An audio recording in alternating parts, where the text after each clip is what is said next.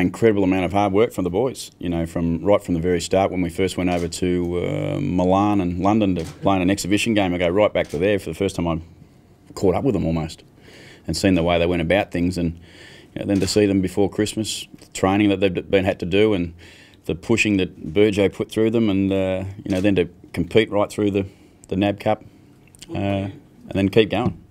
What do you deserve? We'll find out.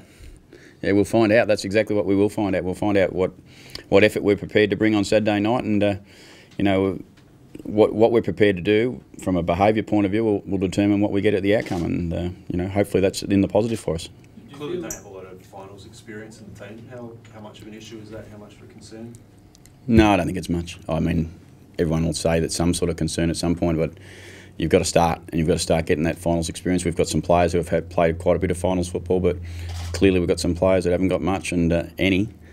But again, you know, if I think back to 2004 at Geelong, there wasn't much finals experience in the team either, but there's a significant amount in that team now, so hopefully we're at the start of something. Do you tell the players there's different stuff to worry about and do, or is it just the same message as round 1 and 2 and 23? No, I tell them to control what they've got to control, and that's what they do.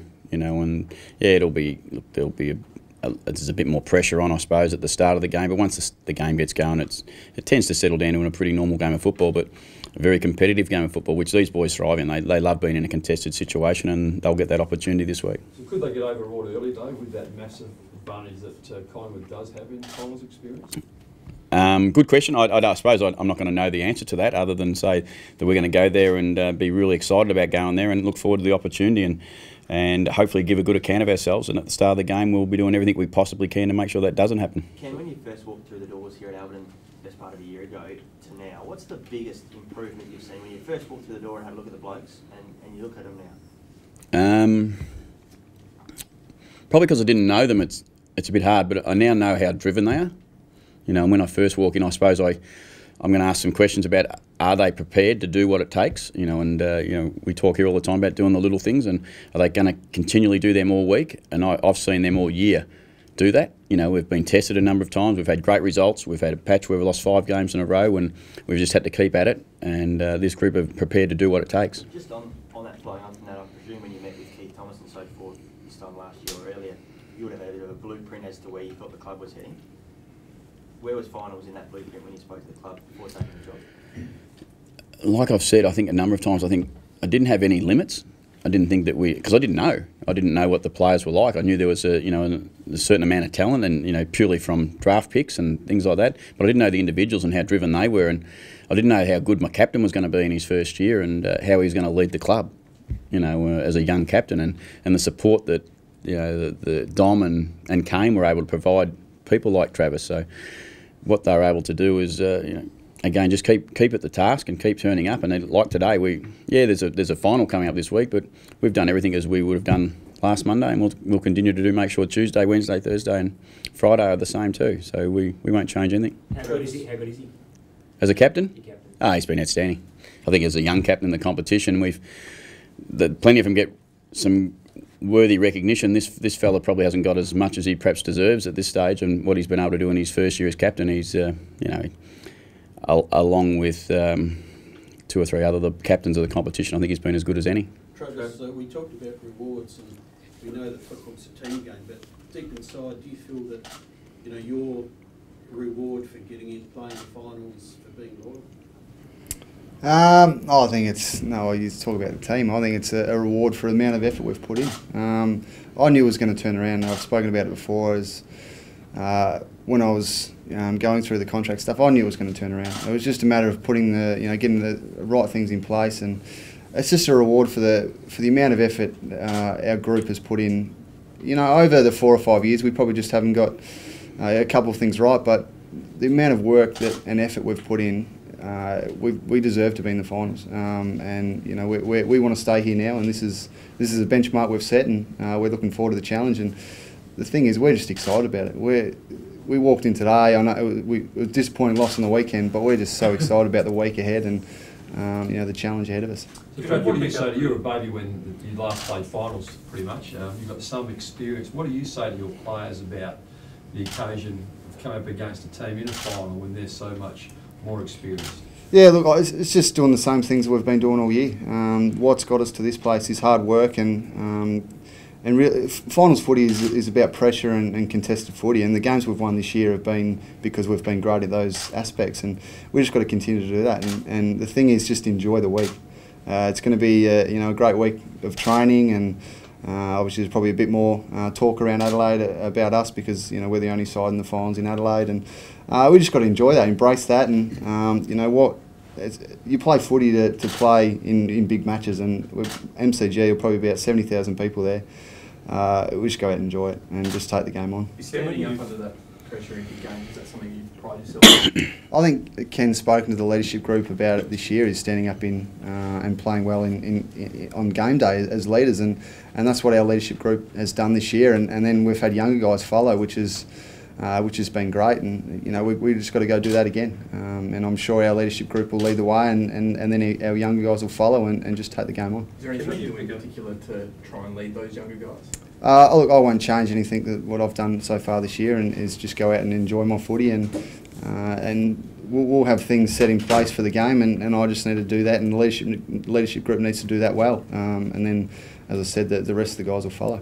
Can you pick up the back page of the Herald Sun and see Eddie McGuire's already penciled in Collingwood into a semi-final?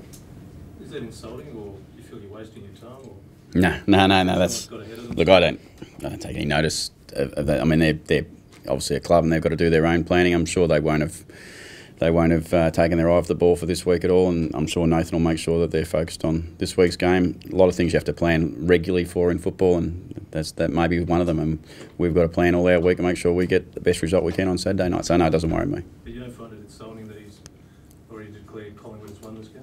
No, not one bit. What do you feel about the 6-day turnaround, though? I'm happy to be a part of it. It's just it's a part of the year, the whole year. There's 6-day turnarounds, and there's in the season proper. So there's not too many surprises in it. It is what it is, and you have to deal with it. Would it be a nightmare for Nathan having had a president speak that way? No, I'm not sure. You'd have to ask Nathan. Selection-wise, Ken, you got a full complement of choosing this week? How are the guys that missed last week? Yeah, we have. We look like we have everyone available, I think, bar Redo and Brett Ebert, who's retired. So, we're going to have a really healthy list to pick from, which is good. It makes, as I said, after the game, makes selection not difficult, but it makes it interesting, and we've just got to make sure we try and get the best people that are going to give us the best chance against Collingwood this week. When you look at your options for that selection, if you go through when you ran two ruckman, whether it be Renouf or Redden with Logan, when you went with the pinch hitters, there's very little difference. Does that factor in, or are you more worried about what Collingwood's going to put up against Logie this week? No, it's probably more about what we need to do, not so much about Collingwood. It's about what we think can give us the best advantage, and give our midfielders the best options, and thinking about, clearly there's a bit of the opposition go into that thinking and what they're like and who they have, but more importantly, it's about what we think gives us the best opportunity. Last time you went with one against Collingwood, at a point you'll do it again? Oh, no, it's not something that we'd certainly lock in here today on Monday. It's something that, but I think my preference throughout the year is to have two really good and strong ruckmen in your side if they were in good form and playing well together. But if you haven't got that available and we need run or something else for the certain opposition, we'll make a decision based on that. So from what you saw in the weekend, which way would you lean? Right now? Yeah. Right now I've still got two rucks that I'm thinking about. How relevant is that round 14 game against Collingwood as you sit here now planning? Oh no, it's relevant. There's no doubt about that. It's not that far back, and it's the only time we've played against each other, and we'll take a bit from that. I'm sure they'll have taken a lot from that too as well. And it was here in Adelaide, and we've got to travel to Melbourne to play them. It's there's some stuff we'll take out of it. In AFL footy, looking back doesn't get you too far. You've just got to make sure you're on the job at the start of the game on Saturday night. What about yesterday? Did you learn much from the Kangaroos game? Yeah, I learned that they can both score quite quickly, and they can cause you some problems. But no, not really. I mean, you don't go to a game thinking you're going to learn a lot of new stuff. You go to a game just to reassure yourself, perhaps, and confirm with yourself what you think and the other coaches think. And we would sit down tonight and tomorrow and watch that game on their computers anyhow. When you get a chance to get there and watch it live, it's so much better for your planning for the week. Travis, what's more relevant, having to wait so long for your next final or reflecting on your last final? What's more relevant? I'm not sure. It's been a pretty challenging 4 or 5 years. You know, but I think sometimes you need to learn how to get there, and I guess in my first year personally, I guess you look back and you think, oh, it all happens so easy. It happens in your first year, but I think what we've learned over the last 4 or 5 years is how much work and how much effort you need to put into to get there. And I guess I would have loved it to happen quicker, but we've learnt what it takes to get here, and hopefully that's helped us now, and that can help us on the weekend. Anything linger from that 07? No, not at all. You know, well, obviously it was a disappointing way to end the 07 Finals Series, but what I remember from it is how enjoyable it was, and that's what we're going to speak to the group about this week is how enjoyable finals footy is, and how much they'll get out of it. Last couple guys, sorry. Ken Robbie Gray wasn't out there. How's he placed at the moment? Yeah, perfect, fine. He's. Chose to rest him out of another session. Yeah, no, he would normally not be out there anyhow. No, look, Robbie, I can guarantee you, Robbie's fine. Unless something goes wrong between now and Saturday, it's going to take a fair bit to stop Robbie Gray from being available to play, and we look forward to putting him back in the team. Can you go, Harry? Can finals and experience be an asset rather than a hindrance, do you think? Or do you need to earn it? I don't know. I'm probably going to answer that better on Sunday, I reckon, and come up with it from there. But look, the group have been really good at taking on the challenge all year, and they'll take on this week's challenge, and they'll be prepared to go there and work as hard as they possibly can and give themselves a chance, because they know that it's what they do that will help them get to where they want to go. Ken, you're a bit of a wily old coach. Have you got any aces up your sleeve for Saturday night? I don't know. Wily old coach. I don't know. Hopefully, I'm a coach that can still give them some direction that they want to listen to and take on board, and give them the result that they want on Saturday night. Is there anything you take from your first time you played a final in the MCG of how big that had been? I can't remember, Rooch. Well, you can remember. No, I can't. It's a long time ago. I'm 46. So you're right. I'm old. No, I can't remember, but I can remember being a part of finals a lot. That's what I can remember.